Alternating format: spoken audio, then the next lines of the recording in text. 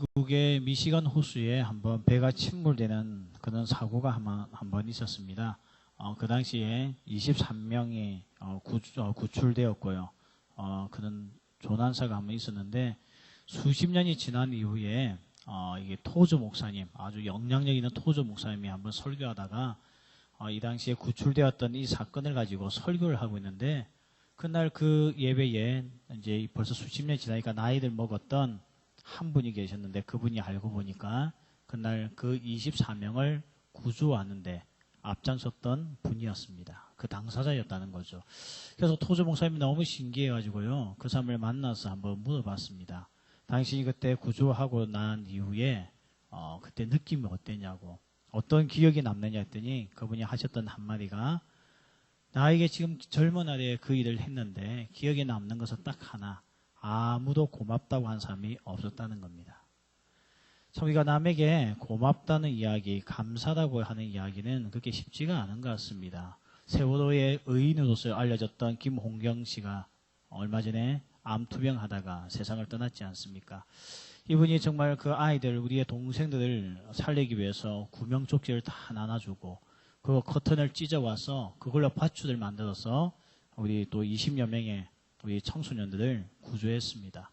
그것 때문에 그는 악몽에 시달리기 시작하고 불면증에 빠지기 시작하고 생업을 이어나가지 못하면서 굉장히 고통스러운 시간을 보내다가 결국 암이 생기고 암투병을 하다가 지난주인가 세상을 떠났죠. 사람들의 무관심 속에 참 힘든 시간을 보내었는데요. 그가 죽기 전에 했던 마지막 말이 이 말입니다. 사람들의 무관심 속에 죽어가던 우리가 사람들의 도움으로 다시 일어설 수 있게 되었다. 우리나라는 아직 살만한 나라다. 이게 이분의 마지막 말이었다는 거예요. 사실 힘든 시간을 보내었죠. 사람들의 무관심. 차라리 그냥 자기 혼자 살기 위해서 나갔더라면 몸 망가지지 않았을 텐데 동생들을 살려야 되겠다는, 청소년들을 살려야 되겠다는 그 마음 때문에 자기의 모든 것을 다 투자했지만 사람들의 돌아온 것은 무관심밖에 없었다는 겁니다. 미국만의 이야기가 아닌 것 같아요. 참 그렇게 보면 우리도, 우리 사회도 언제부턴가 비판에는 빨라도, 남을 비난하고 비판하는 데는 빨라도 감사하고 고마움을 표현하는 데 있어서는 굉장히 인색해진 우리 사회가 된 것 같습니다. 사회학자 스탠디가 이런 말을 했어요. 스탠디가 어떤 말을 했냐면 암보다 더 무서운 질병이 있는데 그 질병은 감사불감증이라고 하는 질병이라는 겁니다. 어떻게 보면 오늘 우리의 신앙은 감사입니다. 이 노르웨이 속담에도 어떤 이야기가 있냐면 마귀가 우리 마음에 불평, 불만 그리고 원망을 심어주는데 그 씨를 뿌려도 자라지 않는 마음밭이 있는데 그게 뭔가 하면 감사하는 마음밭에는 이런 것들이 자라지 않는다는 겁니다. 오늘 하나님께서 우리에게 이 감사의 신앙을 주셨는데 정말 교회 다니는 사람의 특징이 뭐냐? 예수 믿는 사람의 특징이 뭔가? 그것은 어떤 상황 가운데서도 감사할 수 있는 것이 성도들의 특징이요. 하나님께서 우리에게 주신 은혜인 줄 믿습니다. 오늘 우리가 읽었던 시편 50편에 보면 두 종류의 삶이 나오죠. 22절에 보면 하나님을 잊어버린 너희여 해서 하나님을 잊어버리고 사는 사람이 있습니다. 또 한 사람이 누군가 하면 23절에 보면 감사로 제사를 드리는 자가 있습니다.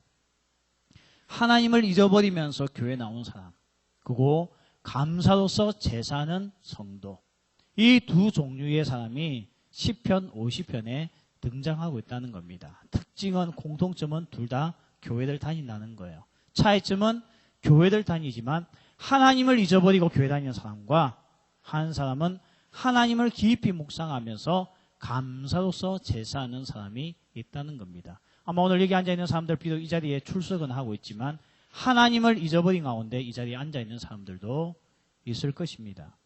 오늘 하나님을 잊어버리는 자리의 특징이 뭡니까? 오늘 말씀해 보면 하나님께서 50절 배경이, 50편의 이 배경이 그런 배경입니다. 하나님께서 해 뜨는 데부터 해 지는 데까지 모든 성도들 다 모았습니다. 불러 모아놓고 하나님께서 뭔가 하소연을 하기 시작하는데 그게 뭔가 하면 우리 오늘 읽지는 않았지만 21절에 보면 이런 말씀이 있습니다. 너가 이 일을 행하여도 내가 잠잠하였더니 너가 나를 너와 같은 줄로 생각하였도다. 그러나 내가 너를 책망하여 내 죄를 내 눈앞에 낱낱이 드러내리라 하면서 동서에 있는 모든 사람을 모아놓고 하나님께서 오늘 자기를 우리와 같이 취급하고 하나님을 무시하고 하나님을 짓밟고 하나님을 전대하는 자들에 대해서 오늘 심판하시겠다는 말씀이 시편 50편에 나와 있는 말씀입니다. 그 사람이 누구냐? 오늘 22절에 나와 있는 하나님을 잊어버린 너희라는 겁니다. 하나님을 잊어버린 너희. 하나님께서 그냥 두지 않겠다는 거죠. 하나님이 어떻게 표현하냐면 내가 너희를 찢어버리겠다는 거예요. 그래서 어떻게 됩니까? 건질 자 없을 것이라는 거죠. 하나님의 표현이 때로는 강할 때가 있습니다. 여러분 친구가 나한테 와가지고 내가 너 오늘 찢어버릴 거야. 이런 표현하면 굉장히 기분이 나쁘고 이게 잔혹한 말이지 않습니까? 근데 이게 하나님의 표현입니다. 비록 교회는 나와 있지만 교회 안에서 예배한다고 하면서도 하나님을 잊어버리고 사는 삶, 하나님께서 찢어버리겠다는 거죠. 왜냐하면 하나님은 우리와 다르다는 겁니다. 하나님은 이런 취급받는 것을 싫다는 거죠. 이 50편에 보면 이스라엘 백성들이 재물을 가지고 하나님 앞에 많이 나왔습니다. 그래서 오늘 8절 말씀 보면 하나님은 재물로서 내가 너희들을 책망하지 않는다 할 만큼 그들은 양과 소와 비둘기를 가지고 주 앞에 나와 예배하는 사람들이었습니다. 그런데도 왜 하나님께서 이렇게 가지고 나온 자들을 향해서 너희들은 하나님을 잊어버렸다고 왜 표현하겠습니까? 오늘 그들에게 사라진 게 하나 있었어요. 상실되어진 게 하나 있었는데 그게 뭔가 하면 감사가 없었다는 겁니다. 그러니까 오늘 하나님 앞에 감사가 없는 예배, 하나님의 사랑과 은혜를 묵상하면서 그것에 대한 이 감사가 사라진 사람을 하나님은 하나님을 잊어버린 자라고 표현하고 있고 하나님을 잊어버린 자에 대해서 하나님께서 반드시 찢어버리겠다고 오늘 50편에서 우리에게 말씀을 하고 있다는 겁니다. 오늘 하나님의 은혜와 사랑을 망각하고 살고 있는 사람들, 이 사람들의 특징은 하나님을 영화롭게 하기보다 자신의 성공과 자신의 영화만을 위해서 살고 있는 사람들을 일컫고 있다고 오늘 우리에게 말씀을 하고 있습니다. 오늘 우리 자신을 한번 돌아봅시다. 나는 오늘 교회를 다니고 있다고 하면서도 하나님을 잊어버린 자로서 살고 있지 않습니까? 한 주 동안 살아가면서 내 안에 하나님이 계시지 않고 하나님의 사랑과 은혜를 완전히 망각한 가운데 그냥 오직 나의 영광과 나의 성공만을 위해서 달려오다가 오늘 혹시 이 자리에 앉아있지 않습니까? 그러다가 자기 계획대로 되어지지 아니하면 불평하고 불만 가지고 오늘 이 예배하는 자리에 앉아있어도 감사로서 예배하기보다 오늘 우리 안에 불만이 쏟아져 나오고 있는 혹시 이 예배의 순간이 되고 있지 않습니까? 오늘 하나님께서 이것에 대해서 분명하게 지적하고 있고 오늘 하나님의 엄중한 경고가 찢어버리겠다는 겁니다. 이용규 목사님의 선교사님의 그 내려놓음이라는 책에 보면 이런 이야기가 나옵니다. 이분이 몽골에서 이제 이 성도들하고 예배를 하고 있는데 어느 한 자매가 땀을 뻘뻘 흘리면서 예배당에 들어오게 됩니다. 아니 무슨 일이 있었는데 그 땀을 많이 흘리고 이렇게 늦게 오느냐 했더니 알고 보니까 자기 집에 소가 있는데 이 소를 한 마리를 잃어버린 겁니다. 그래서 아버지가 소를 찾아봐라 해서 이 자매가 소를 찾기 위해서 그 몽골 땅을 막 하다가 가만히 보니까 시계 보니까 예배할 시간인 거예요. 그래서 그는 소를 찾는 것을 포기하고 예배에 늦지 않기 위해서 달려와 땀을 뻘뻘 흘리면서 그 예배에 참석하게 됩니다. 이 이야기를 듣고 이용규 선교사님이 감동을 합니다. 왜냐하면 이 몽골 땅의 소 한 마리는 전 재산이거든요. 이 귀한 것을 포기하고 재산 목록 중에 제일 중요한 것을 포기하고 하나님 앞에 예배하는 이 기쁨, 예배로서 하나님 앞에 나아가고자 하는 이 자매의 열정을 보고 선교사님이 엄청난 도전을 받게 됩니다. 근데 나중에 예배가 딱 마치고 났는데요. 밖에서 무슨 소리가 들리는가 하면 하나님의 소리가 아닌 소 소리가 들려요. 소가 울기 시작합니다. 나가보니까 그 소가 돌아온 거예요. 그래서 이 자매는 예배의 기쁨도 얻고 소를 찾은 기쁨도 얻었다는 것을 내려놓음이라는 책에서 소개하고 있습니다. 제가 이 내용을 읽으면서요. 우리는 재산 목록 1호를 잃어버리면 과연 이 자리까지 오겠습니까? 저는 아직도 잊지 못한 청년 하나가 있어요. 지금 여러분 이런 사람 아무도 없을 거예요. 우리 때는 집에 침대 하나 들어온 게 꽤 중요했습니다. 침대는 집이 별로 없었거든요. 그 다음에 또 우리에게 컴퓨터 한 대 들어온 것이 꽤 작은 글이었습니다. 근데 한 청년이 예배 중간에 나가더라고요. 그래서 나중에 물었어요. 너 왜 예배 중간에 나가냐 했더니 자기 집에 침대가 도착했대요. 엄마도 있고 아빠도 있고 한데 그 침대 맡겨놓으면 안 되냐니. 자기가 직접 보고 위치를 잡아줘야 된대요. 지금 시대에 생각하면 참 웃기죠. 오늘 여러분의 재산 목록 의도가 뭔지 모르겠습니다. 아마 오늘 누가 자동차 계약을 한다고 하면, 세차 계약을 한다고 한다면 지금도 가슴이 뛰고 있을 거예요. 이놈의 예배가 왜 이렇게 기나? 왜 이렇게 시간이 가지 않나? 오늘따라 목사님 왜 이렇게 질질 끄나? 우리 목사님 깔끔함이 없어. 그렇게 생각할 거예요. 오늘 우리 안에 하나님을 잊어버리고 이 자리에 앉아 있다는 겁니다. 근데 이 자매는 오늘 소 한마디를 잃어버린 것도 큰 고통이지만 그것보다도 예배를 잃어버릴까봐, 하나님을 잊어버릴까봐 여기에 더 가슴 아파하면서 달려왔지만 하나님은 그 모든 것들을 다 보상해 주셨다는 겁니다. 오늘 우리의 예배의 이유가 뭡니까? 감사하기 때문에 그렇죠. 그래서 기독교는 감사는 신앙입니다. 우리가 이 땅에 올 때 뭘 들고 왔습니까? 여러분 이 땅에 태어날 때 무엇을 가지고 왔어요? 집을 가지고 왔습니까? 여러분이 입을 옷을 가지고 왔습니까? 먹을 양식을 가지고 왔습니까? 뭘 가지고 왔습니까? 애기들이 가져올 때 보면 아무것도 가지고 오지 않습니다. 그래서 우리가 빈손으로 온다고 이야기를 하죠. 사람들이 죽을 때 무엇을 가지고 갑니까? 뭘 가지고 가죠? 아무것도 가져가지 않고 빈손으로 갑니다. 그것이 그냥 섭섭하게 보여서 사람들의 손에 쥐어줄 뿐이지 죽은 자에게는 아무 의미가 없습니다. 빈손을 왔다가 빈손을 가는 인생이지 않습니까? 우리가 이 땅에 올 때 빈손 왔지만 사실은 빈손에 이 가득 채워주신 하나님의 것들이 얼마나 많습니까? 우리에게 숨을 쉴 수 있는 공기를 주셨죠. 우리에게 정말 마실 수 있는 물을 주셨죠. 오늘도 우리가 살아갈 수 있게끔 햇빛을 주셨죠. 밤에는 우리에게 달빛을 주셨죠. 오늘 하나님께서 이 빈손을 받던 우리 인생에 채워주신 것들이 한두 가지가 아닙니다.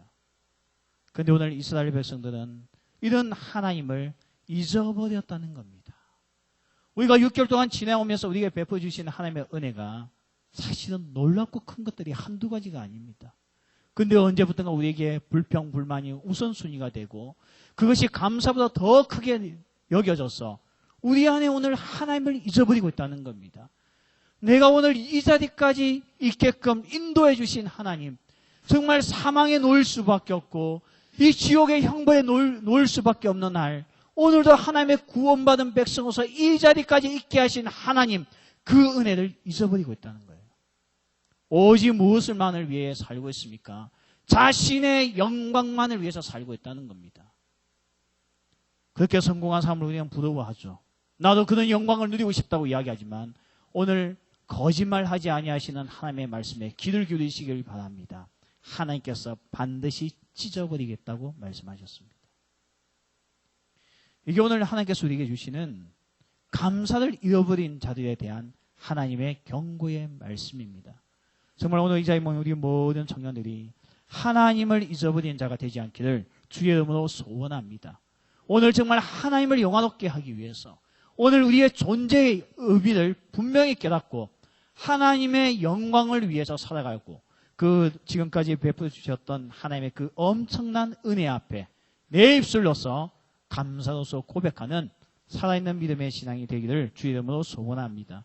오늘 우리가 두 번째 살펴볼 것은 그러면 하나님을 어떻게 영화롭게 하는 예배가 될 수가 있습니까? 그게 오늘 23절에 보면 나와 있죠.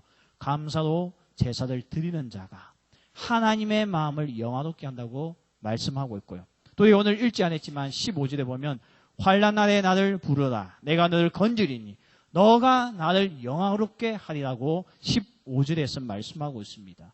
오늘 우리가 하나님을 영화롭게 하는 방법이 두 가지입니다. 15절에 보면 뭐 어떻게 영화롭게 합니까? 환난 당했을 때에 하나님을 찾는 것이 하나님을 영화롭게 합니다. 두 번째는 감사로서 하나님 앞에 예배할 때에 하나님께 영광을 돌리게 된다는 겁니다. 두 번째는 이해가 되는데 전 첫 번째가 말씀이 이해가 안 돼서 한 주 동안 굉장히 고민을 했습니다. 이건 보십시오. 환난 날에 너가 나를 찾아. 그리하면 여기서 너가 누굽니까? 환난 당한 너, 실패하고 있는 너, 패배하고 있는 너, 망가지고 있는 너가 나를 영화롭게 하겠다는 게 하나님의 말씀입니다. 이해가 됩니까? 오늘날 우리는 교회에서 어떻게 배웠습니까? 누가 하나님을 영화롭게 한다고 이야기합니까? 성공하는 자. 맞죠? 성공하는 자가 하나님을 영화롭게 한다고 말씀했는데 오늘 15절에 보니까 하나님께서 그렇게 말씀하지 않습니다. 야, 나를 영화롭게 하는 것은 내가 알고 있어. 내가 너에게 알려줄게. 그게 뭔지 아니? 환난 날에 너가 날 찾으면 그것이 바로 나를 영화롭게 하는 거야. 이게 오늘 하나님께서 우리에게 주시는 말씀입니다. 여러분, 환난 날에 내가 하나님을 찾는 거, 이게 하나님을 영화롭게 한다는 거, 여러분 믿어지지 않겠지만 이것은 하나님께서 우리에게 주신 말씀입니다. 오늘 우리 가운데 환난 당한 자들 있습니까? 내가 봐도 이는 인생 가지고는 하나님께 영광이 안 될 만큼 어려움을 겪고 있습니까?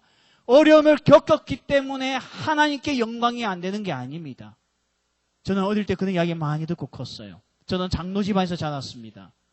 그러다 보니까 교회가 어떤 곳인지 누구보다 가까이서 많이 느꼈습니다. 저희 집에 환난을 당했습니다. 아버지 사업에 큰 어려움이 있어서 소위 말하는 부도가 나고 망했던 집안을 저는 경험해 보았습니다. 그랬더니 교인들 입에서 어떤 말이 나온지 아세요? 장로 집안이 덕이 되지 않는다. 뭐가 덕이 되지 않는다는 거예요? 하나님의 영광에 덕이 되지 않는 집안에서 낙인 지키더라고요. 그때 내 안에 어떤 마음이 드는 줄 아십니까? 그렇구나. 성공만이 하나님을 영화롭게 하는 줄 알았습니다. 그것만이 하나님께 영광이 되는 줄 알았습니다. 근데 아닙니다. 오늘 우리 인생에 환난이 있고 망할 수도 있지만 중요한 것은 환난이 있고 없고 망했느냐 성공했느냐가 핵심이 아니고 그런 어려운 순간, 환난의 순간, 망한 순간에 하나님을 찾을 수 있다는 것이 하나님께 영광입니다. 저는 이 말씀을 이번 한 주 동안 발견하고 내가 하나님께 영광롭게 하는 것에 대한 나의 생각이 바뀌었습니다. 여러분, 우리가 왜 하나님께 영광을 돌리지 못한다고 생각하고 있습니까? 세상은 성공만이 그 사람을 영화롭게 하고 그 집안을 영화롭게 한다고 이야기하지만 하나님은 아닙니다. 그런 인간의 절망의 순간에서도 하나님을 찾고 그 하나 앞에 나와 하나 앞에 이 상한 마음을 가지고 예배하는 자, 그들을 통하여서 하나님은 영광을 받으신다는 겁니다. 제가 이 말씀을 가지고 가만히 묵상해 보니까요, 정말 구약 성경에 나오는 인물들, 하나님을 영화롭게 했던 인물들의 공통점이 하나 있더라고요. 전부 다 환난 당한 자들이었습니다. 요셉을 보십시오. 요셉이 모든 것이 다 잘 되다가 마지막에 더 잘 되었습니까? 그에는 엄청난 환난이 있었잖아요. 그 환난을 겪은 자가 결국 하나님을 영화롭게 하게 하더라고요. 다니엘을 보십시오. 다니엘도 정말 천재적인 모델을 가지고 있는 학자였지만 그가 그 천재적인 모델을 가지고 그가 승승장구하면서 상을 받아 나갔던 거 아닙니다. 그에게도 인생의 죽음의 위기가 나올 만큼 사람들에게 협박당하고 정말 사람들의 음모 속에 빠져서 괴로움을 당하는 시절이 있었습니다. 그런데 그렇게 환난당한 다니엘을 통하여서 하나님께서 영광을 받았습니다. 오늘 그러므로 고난당하는 거, 환난 가운데 있는 거, 우리 인생 망한 거 아닙니다. 오늘 우리가 시험을 당하고 환난을 당하는 거, 하나님의 마음을 어둡게 만드는 거 아닙니다. 오늘 우리가 그런 형편에 있어도 예수 그리스도의 십자가를 붙들고 그 은혜를 바라보면서 주 앞에 나와 그 환난 아래 하나님을 찬양하고 하나님 앞에 예배하는 것, 그 자체가 오늘 하나님께 기쁨이요 영광인 줄 믿습니다. 그래서 오늘 우리 청년들 안에 실패하는 인생은 없습니다. 우리가 실패해 나간다 할지라도 하나님을 영광스럽게 하는 데 있어서는 우리 모두가 다 성공하는 인생이 될 줄 믿습니다. 오늘 우리가 마지막 살펴볼 것은요, 감사로 예배하는 자가 하나님을 영화롭게 한다 했습니다. 여러분, 감사는 아무나 하는 게 아닙니다. 우리가 생각할 때 감사는 마음만 먹으면 될 것 같죠. 오늘 마음이 교만한 자는 절대 감사라는 이야기를 못합니다. 감사는 상대방에 대한 겸손한 마음이 있을 때 감사합니다. 여러분이 학교에 있는 선생님만큼 내가 똑똑하다 생각하면 학교에 있는 선생님에게 고맙다는 생각 절대 들지 않을 겁니다. 그래서 오늘 교만한 자는 감사하지 못합니다. 잘 되면 누구 탓입니까? 다 자기의 능력입니다. 교만한 자가 잘 못되면 누구 잘못입니까? 다 남 탓입니다. 사장이 교만하면 모든 영광은 자기 것이고 잘 되면 그것도 다 자기가 똑똑하고 머리가 좋아서 잘 됐다 생각합니다. 그러다가 그 사장이 잘 안 되면 누구 탓이죠? 게으른 종업원 탓이라고 불평하죠. 오늘 감사는 겸손한 자만이 할 수 있습니다. 하나님 앞에 겸손한 마음을 가진 자, 그런 자만이 하나님 앞에 오늘도 감사합니다, 감사합니다지, 내가 하나님 앞에서 교만한 마음을 가지고 있으면 우린 절대로 감사가 나오지 않고 아마 잘 되면 자기 탓, 못 되면 다 도와주지 아니하신 무능한 하나님 탓으로 돌리면서 불평하고 원망하다가 살 겁니다. 요나서 2장에 보면 이런 장면이 나오죠. 요나가 하나님 앞에 반역하고 하나님 앞에 불순종하고 도망가다가 다시스로 도망을 가다가 어떻게 됩니까? 배가 풍랑을 만나고 사람들이 요나를 물속에 집어던지자 큰 물고기 와서 요나를 삼켜버렸습니다. 그래서 정말 상상이 되어지지 않지만 물고기 배 속에서 3일 동안 요나는 시간을 보내게 됩니다. 물고기 배 속에서 3일 동안 보내면 어떤 기분일까요? 한번 들어가 봤으면 좋겠어요. 근데 어쨌든 요나는 그 안에 들어갔어요. 들어가고 싶어서 들어간 게 아니고 들어가졌죠. 근데 그가 그 3일 동안 있으면서 하나님 앞에 회개 기도하는 내용이 요나서 2장입니다. 근데 이 2장의 말씀을 제가 읽다가 갑자기 내 눈에 그동안 한 번도 들어오지 않던 내용이 들어오기 시작했습니다. 그게 뭔가 하면 하나님 잘못했어요. 내가 불순종했습니다. 날 살려주십시오. 한 번만 살려주십시오. 이제는 하나님 앞에 순종하는 자가 되겠습니다. 그런 기도 내용이 있지만 어떤 내용이 오늘 내 눈에 들어왔냐면 이렇게 기도합니다. 감사하는 목소리로 주께 제사를 드리며 하나님을 성축하겠나이다. 이 기도가 나와요. 오늘 그가 뭐라 기도했다고요? 감사하는 목소리로 주께 제사를 드리며 그럼 그동안 그가 제사를 어떻게 드렸다는 겁니까? 감사하는 마음이 없었다는 거예요. 근데 그가 오늘 물고기 배 속에서 그의 인생의 죽음을 앞두고 그가 하나님 앞에 무릎 꿇고 회개하면서 했던 기도가 뭐냐면 이제는 내가 감사로서 하나님 앞에 제사하겠나이다. 그럴 때 하나님께서 그 요나의 회개를 들으시고 물고기 배 속에 있던 요나가 오늘 물고기 입 밖으로 나와서 살게 됩니다. 오늘 저는 이 말씀을 묵상하면서요. 오늘 우리가 죽을 것 같은 우리 인생이지 않습니까? 깝깝한 우리 인생이지 않습니까? 정말 물고기 뱃속에 들어가 있는 존재와 같이 할 수 없는 것들만 가득 차 있는 존재이지 않습니까? 이럴 때에 하나님께서 우리에게 원하는 기도가 있고 결단이 있고 헌신이 있는데 그게 뭔가 하면 감사로 예배하는 자라는 거예요. 근데 오늘 우리는 어떻습니까? 물고기 뱃속에 들어가 있는 우리의 인생이 되면 감사로서 예배하겠다는 다짐 없습니다. 전부 다 뭐가 됩니까? 욕하고 불평하고 원망하고 그냥 짜증내기 시작하고 서관에 삿대질을 하기 시작하고 다투기 시작합니다. 근데 오늘 요나는 왜 달라졌느냐? 왜 요나에게는 엄청난 인생의 개혁이 일어났느냐? 왜 그 인생의 부흥이 일어났느냐? 그것은 그에게 감사의 예배에 대한 헌신이 회복되어질 때에 가능했다는 겁니다. 오늘 우리에게 있는 답답한 일들 기억하십시오. 내 안에서 감사의 예배를 드리겠다고 하는 이 헌신이 회복되어질 때에 하나님께서 오늘 우리를 이 물고기 뱃속에 가둬두셨던 하나님이 오늘 우리에게 사명의 땅으로 보내주시는 줄 믿습니다. 능력의 땅으로 보내주시는 줄 믿습니다. 여러분 일이 풀리지 않는다고 짜증내지 마십시오. 그것은 감사를 회복하라고 하는 감사하기 위한 회개의 방법이라고 기억하시길 바랍니다. 제가 한번 제주도에 세면을 간 적이 있었습니다. 그때 어떤 상황이냐면 저도 마음이 어두워져 있던 상황이었어요. 정말 내 인생에 있어서 이 진로 문제를 놓고 굉장히 고민할 때였습니다. 그렇게 하고 있는 중에 담임 목사님이 저를 불러서 내가 너무 지쳐있는 모습을 보이고 탈진한 모습을 보이니까 너가 너무 지쳐있구나, 탈진했구나. 그래서 저는 그 이야기 듣고 저보고 제주도 가라는 거예요. 그래서 저는 굉장히 제주도 가서 한 달 푹 쉬라고 오라고 한 줄 알고 너무 기뻤습니다. 그랬더니 그 다음날 오래요. 그래가지고 왜 보낸지 모르겠어요. 근데 그게 목회자 세미나가 있는데 그냥 거기 참석했다고 오면 된대요. 그래서 내가 이게 뭐 휴가야, 이게 뭐야? 그래서 혼자 저 맨 뒷좌석에 그것도 시간에 제때 도착하지 아니하고 근데 빨리 가면 안 되잖아요, 맞죠? 가다가 제주도에서 사진도 찍고 이렇게 좀 놀다가 가야지. 빨리 갈 이유가 뭐 있어요? 온종일 앉아 교육만 받는데. 그래서 늦게 갔어요. 이거 비밀입니다. 이거 늦게 갔어요. 그냥 맨 뒤에 앉아있었어요. 어떤 마음 가지고 앉았냐면 짜증나는 마음으로. 이런 세미나를 제주도까지 보내? 제주도는 뭐 하는 곳이죠? 쉬는 곳. 맞죠? 쉬는 곳에 날 그게 연수를 보내? 그것도 연수 끝나자마자 오라고 비행기표를 끊어주고. 그래가지고 혼자 삐딱한 마음 뒤에 앉아있는데요. 어느 한 목사님이 나와가지고 이분이 자기 간증을 하는 거예요. 근데 그 내용이 뭔가 하면 자기가 담임이 되어서 목회를 하는데 교회가 좀 성장을 하긴 하는데 재미가 없더래요.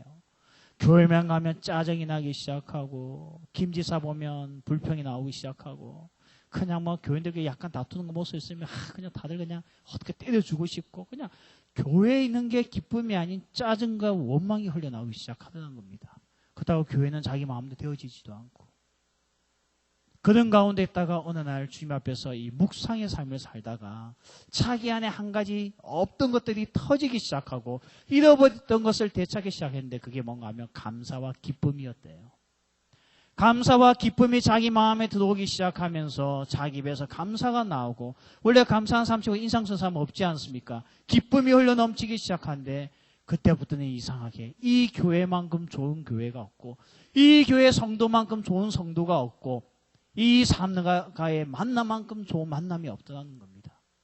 그렇게 보내다 보니 어느 날 한국에서 인정받는 교회가 되어 있더라는 거예요. 제가 그 이야기를 처음 맨 뒤에서 어떤 마음으로?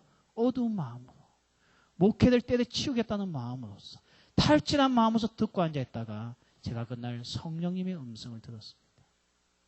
그날 주님께서 내게 주셨던 말씀이 뭔지 아십니까? 너가 왜 힘든 줄 아니? 너가 왜 지금 지쳐서 그렇게 아무것도 안 하겠다고 하는 줄 아니? 너가 감사의 예배를 잃어버렸어.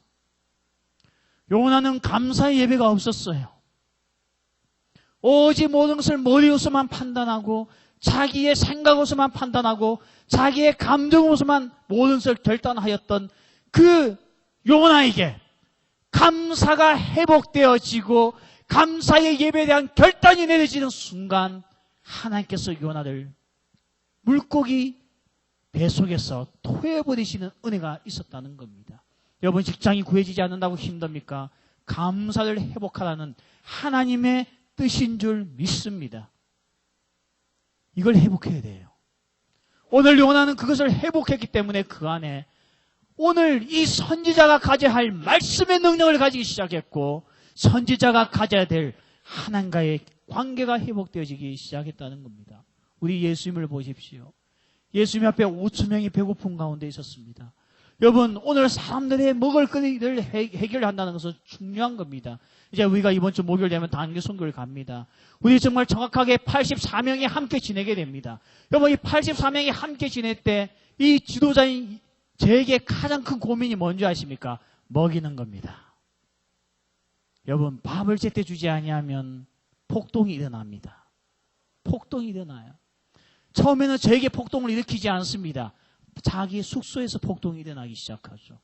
다투고 싸우고 별것도 아닌 거 가지고 가방 싸들고 혼자 한국 간다고 나오고 막 그래요. 진짜 일본 선교 갔을 때 그랬어요. 80명을 되게 한대요. 한 놈이 갑자기 가방을 들고 나가는 거예요. 나는 처음에 뭐 하는지 몰랐어요. 근데 하고 길에서 마주쳤어요. 내가 밤새고 있다가 어디 가냐 했더니 아닙니다 하고 가방 다 같이 들고 들어가더라고요. 나중에 조장 모임한테 야 쟤 왜 가방 들고 다니 했더니 그날 밤에 한국 간다고 나갔대요. 열받아가지고요. 그래서 제가 애들이 너무 짜게 먹었구나. 야 오늘 밤 피자 다 시켜. 피자 돌리고요. 물론 기도도 중요하지만 먹는 것도 중요합니다. 오늘 예수님에게 이 5,000명을 먹여야 되는 엄청난 미션이 주어졌습니다. 제자들에게 방법을 찾아야 했습니다. 제자들이 방법을 가져왔습니다. 물고기 몇 마리 가져왔습니까? 2마리 가져왔어요. 떡을 몇 개 가져왔습니까? 5개 가져왔습니다. 이걸 가지고 예수님께서 5,000명 이상, 남자들만 5,000명 이상을 먹여야 되는 미션이 주어졌습니다. 이 과제 풀지 못하면 예수님은 심각한 문제가 생깁니다. 이럴 때 우리 주님께서 뭐라고 했습니까? 떡 5개 집을 던지면서 최선을 다했느냐? 이렇게 물었습니까? 그렇게 하지 않았어요. 물고기 2마리 배 위에 머리를 때리면서 뭐 했습니까? 너는 이거밖에 못하냐? 이렇게 했습니까? 안 했어요. 예수님이 그 부족한 자원을 붙들고 그냥 부족한 게 아니죠. 엄청 부족한 자원을 붙들고 하늘을 향하여 감사기도 합니다. 오늘 예수님의 모든 인생에 이 땅에 오셔서 예수님도 인생의 위기를 겪었습니다. 그럴 때마다 예수님의 이 모든 위기를 뛰어넘었던 기적은 어디서부터 나온지 아십니까?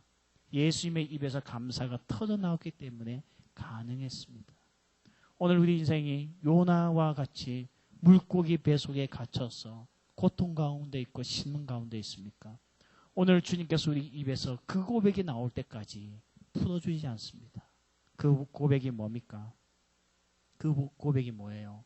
요나와 같이 감사의 제사를 드리겠나이다 라는 고백인 줄 믿습니다. 이번 이 단기 선교를 통해서 우리 정말 우리 모든 66명의 청년들 입에서 감사가 터져나오고 감사가 회복되어지는 놀라운 은혜의 길 소원합니다. 우리 여기 있는 모든 청년들이 한 주간 살아갈 때에 우리 마음에 겸손한 마음을 가지고 부모님에게도 감사할 뿐만 아니라 오늘도 빈손으로 이 땅에 왔지만 날 빈손으로 살지 않게끔 모든 것들을 채워주셨던 하나님 앞에 겸손함으로 감사하는 마음을 가지고 감사의 예배가 회복되어지는 이 신앙이 우리의 신앙이 되기를 소원합니다. 스펄전 목사님이 이런 이야기했습니다. 촛불을 보고 감사하는 자에게 전등불을 주시고 전등불을 보고 감사하는 자에게 달빛을 주시고 달빛을 주신 하나님께 감사하는 자에게는 햇빛을 주시고 햇빛을 주신 하나님께 감사하는 자에게는 영원한 천국의 빛을 주신다고 말씀했습니다.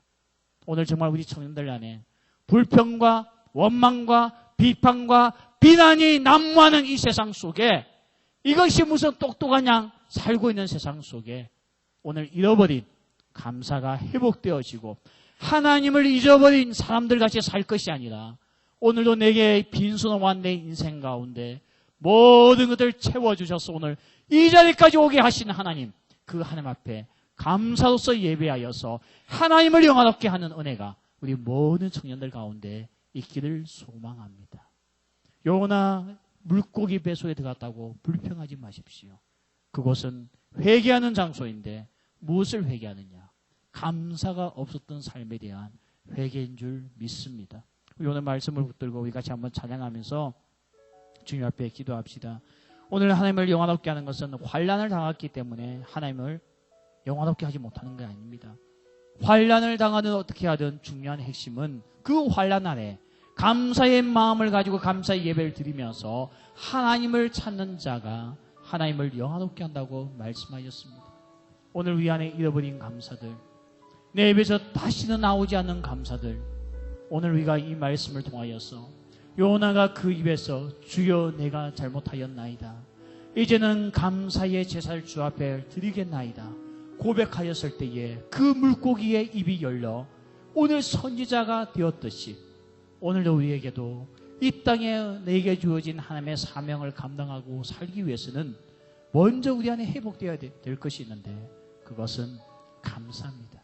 오늘 이는 목장 주신 것을 감사하고 이는 신앙의 동료 주신 것을 감사하고 이는 목사님 주신 것을 감사하고 이는 가정 주심을 감사하고 우리가 모든 것을 주신 하나님 앞에 먼저 감사의 마음과 예배로 나아갈 때에 오늘 우리 안에 풀리지 않는 것들, 우리 안에 있는 어둠들 다 물러가는 줄 믿습니다. 불평하는 가정은 살 수 없습니다. 불평이 넘쳐나는 가정은 반드시 망합니다. 그러나 감사가 나오는 가정은 역경을 이겨내 열매를 맺는 가정이 될 수 있습니다. 우리 같이 한번 이 찬양하면서 주님 앞에서 감사하는 자가 되게 하소서, 감사로 예배하는 자가 되게 하소서, 감사 자체가 하나님 앞에 바치는 제물이 되게 하여 주옵소서. 우리 같이 한번 찬양하고 기도하겠습니다. 날 구원하심